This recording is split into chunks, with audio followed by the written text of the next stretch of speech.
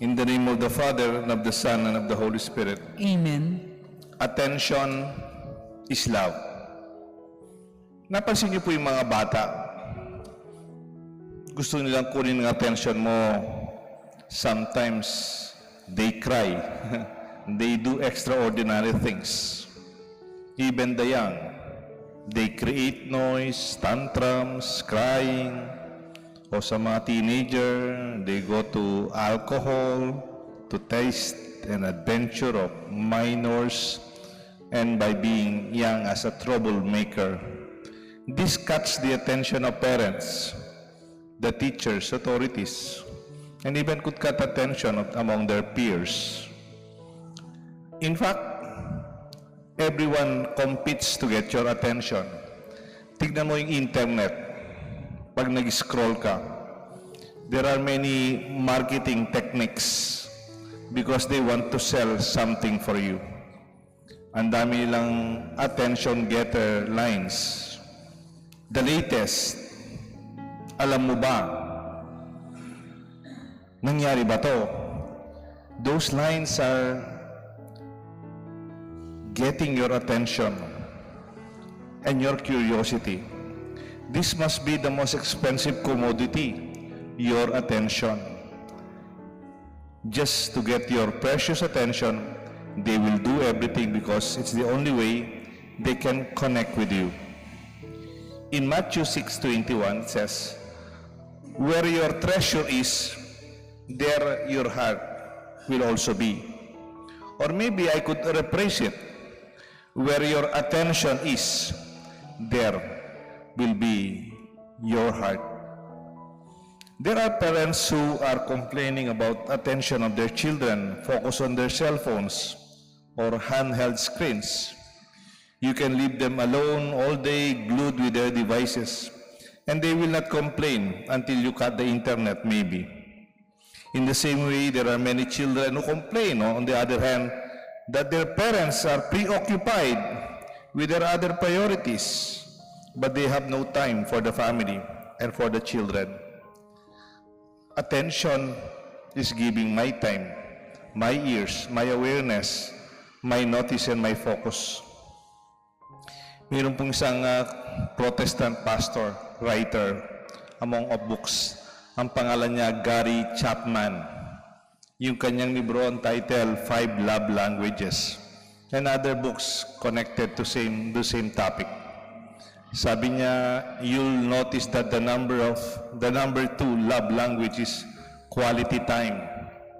Love is 100% attention given to a person when the whole being absorbed to the other person. When attention is given, it means you are important, you are valued, you matter. Subtle expressions of absence of love is when other things are given priority more than the person. Halimbawa, kung yung asawa mo, mas panahon niya, sports. Yan. May oras siya sa golf. Golf. Kaya sa basketball. O kaya sa tennis, kung nagte-tennis siya. O pinapanood niyang sports. O kaya naman yung wife mo, nilalakad niya yung aso. Mas maraming oras sa aso. Sa garden. O kaya yung asawa mo, mas marami sa panahon sa business or work are given attention more than you. Minsan naririnig natin yung expression, hindi man ako pinapansin.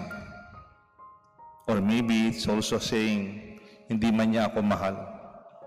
I remember the conversation of Zacchaeus happened when Jesus gave attention. The conversion of Zacchaeus happened when Jesus gave attention to him amidst the crowd. Nakatingin lahat ng tao kay Jesus, and yet Jesus gave attention to Zacchaeus, who was looked down as a sinful man. Tapos sabi ni Jesus, "Zacchaeus, come down.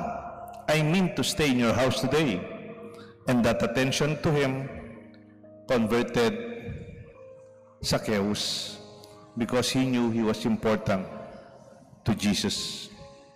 I think prayer is also attention. Praying is focusing our attention to the presence of the divine, to see Jesus visiting us in our home, to to see Jesus passing by in our streets, in our situation. Mary, in the Gospel, gave her full attention by listening to Jesus as she sat down by his feet in their home, while Martha, she was absorbed and she was busy with her kitchen chores. Kaya nga, nakikita natin ang malaking difference ng isang tao, ang atensyon niya sa Diyos. Yung isa naman, atensyon niya to the urgent different things like kitchen concerns.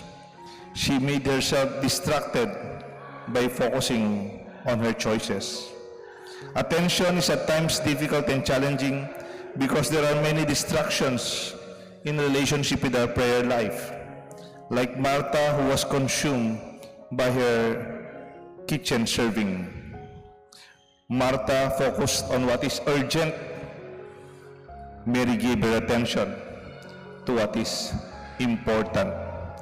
Yung urgent kasi, yun yung dapat natin gawin ngayon. Ngayon gagawin natin na. Pero may importante, mas importante pa sa urgent. That's why you call them important. Ron Heisenberg, Lorenzel, and OMI once wrote, "Goodness does something to us.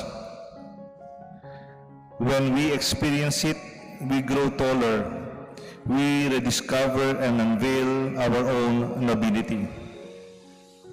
Parang pag tayo binibigyan ng atensyon, kabutihan, parang ating karangalan ay lalong nagiging nakikilala. I read that attention taken at the highest degree is the same thing as prayer. It presumes and presupposes faith and love. Absolutely unmixed attention is prayer.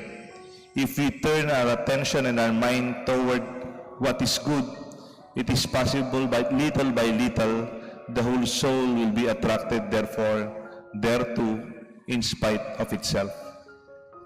Again, I'll quote the book Love Languages by Gary Chapman, as he mentions, giving 100% attention to a person is a love language that the soul clearly understands. Jose Ortega y Gasset says, "Tell me what you pay attention to, and I will tell you who you are." Therefore, Martha saved herself in her own expression in another gospel, in John 11, verse 27, when their brother Lazarus died. She confronted Jesus. "Jesus, if you had been here, my brother would not have died." But Jesus said, "Anyone who believes in me will never die." And Jesus asked Martha, "Do you believe this?" And Martha expressed her faith in God, an expression that redeemed her, an expression of faith when Martha said, "Yes, Lord, I have come to believe that you are the Christ, the Son of God, the one who is to come." It is in here that Martha rediscovered God in her attention and was converted. My dear friends, let this be our reflection today. The Father, the Son, and the Holy Spirit. Amen.